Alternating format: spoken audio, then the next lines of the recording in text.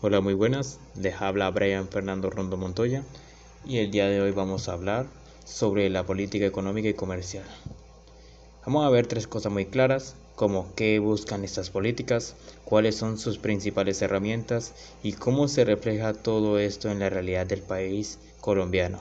Este análisis se basa más que todo en los textos de política fiscal, monetaria y comercial, además de documentos oficiales como los informes de Colombia ante la OMC y estudios del Banco de la República. Pasando con la parte 1, tenemos ¿qué busca la política económica? Como bien sabemos, toda política económica tiene objetivos. El problema es que no siempre se pueden lograr todos estos al mismo tiempo. Existe algo que muchos llaman como el cuadro mágico, aunque en realidad hoy más bien es como un hexágono. Los principales objetivos de este son, primero, crecimiento económico, es decir, que el país produzca más bienes y servicios y que el ingreso por persona aumente de forma sostenida. Segundo, estabilidad de precios, mantener la inflación bajo control, que no sea ni demasiado alta ni demasiado negativa. Tercero, el nivel de empleo, reducir el desempleo y el subempleo. Cuarto, el equilibrio externo, que la balanza de pagos sea sostenible y que el país pueda resistir crisis internacionales. Quinto, la equidad o justicia social, que haya mejor distribución de ingresos y protección social. Y sexto, la sostenibilidad, uso responsable de los recursos, especialmente los que no son renovables. Ahora bien, aquí aparece el gran problema. Estos objetivos pueden entrar en conflicto. Un ejemplo clásico es la curva Phillips. Cuando se intenta reducir el desempleo, este puede aumentar la inflación. Por eso los gobiernos y los bancos centrales pueden decidir qué priorizar según el momento económico. Pasando con la parte 2, tenemos las grandes herramientas. Ahora veamos cómo se intentan alcanzar esos objetivos ya dichos. Tenemos la política fiscal. La política fiscal es un complejo de presupuesto público, es decir, los ingresos e impuestos por un lado y el gasto público por el otro. Tiene dos grandes formas. La política fiscal expansiva se usa para la recesión, el gobierno aumenta el gasto o baja los impuestos para estimular la economía, pero esto suele generar déficit. La política restrictiva se aplica cuando hay inflación, se reduce el gasto o se suben los impuestos para enfriar la economía. Puede generar superávit.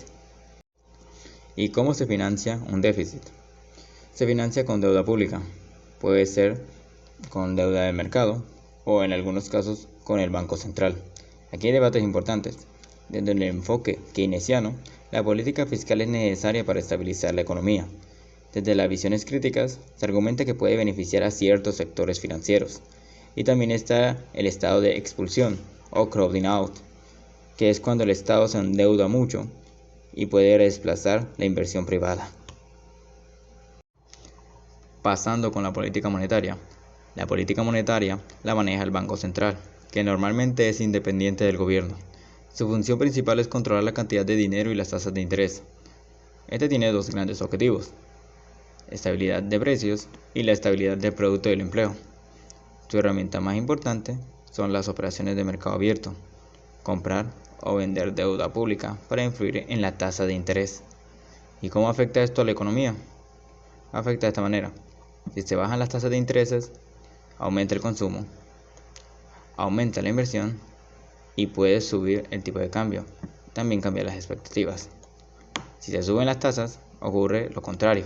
Cuando las tasas llegan a casi cero, los bancos centrales usan instrumentos no convencionales, como la flexibilización cuantitativa, conocida como QE, es decir, que se hace una compra masiva de activos para inyectar liquidez. Pasando con la política comercial. La política comercial regula el comercio con el resto del mundo. Sus instrumentos principales son los aranceles, las cuotas, los subsidios y las barreras no arancelarias, como las regulaciones técnicas o sanitarias de este medio. Si el objetivo es proteger la industria nacional, se restringen las importaciones. Si el objetivo es fomentar exportaciones, se ofrecen incentivos o promoción.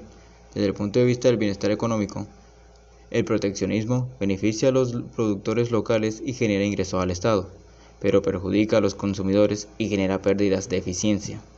El libre comercio, en teoría, maximiza el bienestar agregado. Avanzando a la parte 3, tenemos el caso colombiano. Veamos ahora cómo esto se refleja en Colombia. En la visión oficial, presentada en el informe de la OMS de 2018, Colombia destaca en varios logros. Se presenta el proceso de la paz como motor de desarrollo y confianza inversionista. Se resaltan avances en el crecimiento, reducción de la pobreza, disminución del desempleo, auge del turismo y menos dependencia a la minería. También se subraya la diversificación de la inversión extranjera. En política comercial, Colombia cuenta con una amplia red de acuerdos, 2 acuerdos con 49 países. Se habla de la facilitación del comercio de la BUCE, de modernización aduanera y de administración sanitaria, como el caso de Aguatejas a Estados Unidos. Esto resume una narrativa de apertura y una modernización del comercio colombiano. Por otro lado tenemos la visión crítica. Sin embargo, estos estudios del Banco de la República de Colombia muestran otra cara. El argumento central es que el proteccionismo no terminó de desaparecer, sino que se transformó. Aunque los aranceles bajaron, aumentaron fuertemente las medidas no arancelarias. Estas medidas cubren cerca del 80% del universo arancelario.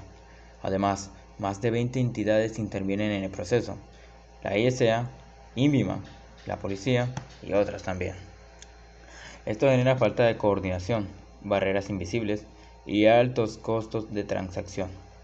Un dato clave fue que en 2012, importar un producto a Colombia costaba en promedio 24% más que su precio de origen.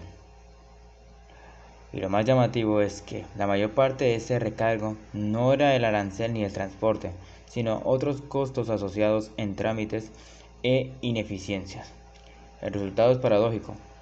Se encarecen las importaciones, y como muchas exportaciones necesitan insumos importados, también se afectan las exportaciones no tradicionales. Y en la misma visión crítica, un problema más profundo, que es la productividad y coherencia institucional. Más allá del debate entre la apertura y proteccionismo, hay un problema estructural. Colombia tiene una brecha de productividad importante frente a economías más desarrolladas e incluso frente a algunos países de la región.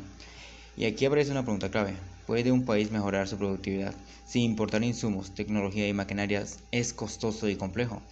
Muchas empresas colombianas, especialmente las pequeñas y medianas, dependen de medios intermedios e importados. Si esos insumos se enfrentan a trámites largos, costos ocultos y barreras regulatorias poco coordinadas, la competitividad se reduce. Es decir, la política comercial no solo afecta lo que compramos del exterior, también afecta lo que somos capaces de producir y exportar. Aquí entra otro punto importante: la coherencia entre políticas. No basta con tener acuerdos comerciales firmados si la política industrial, la política logística y la estructura regulatoria no están alineadas. Un tratado abre puertas, pero si el apartado institucional encarece el comercio, esa puerta no se aprovecha. En ese sentido, el reto no es solo más apertura o más protección, el reto es la calidad institucional, porque al final la competitividad de un país no depende solo de los aranceles, sino de su eficiencia y de su Estado. Para concluir, aquí aparece la gran tensión.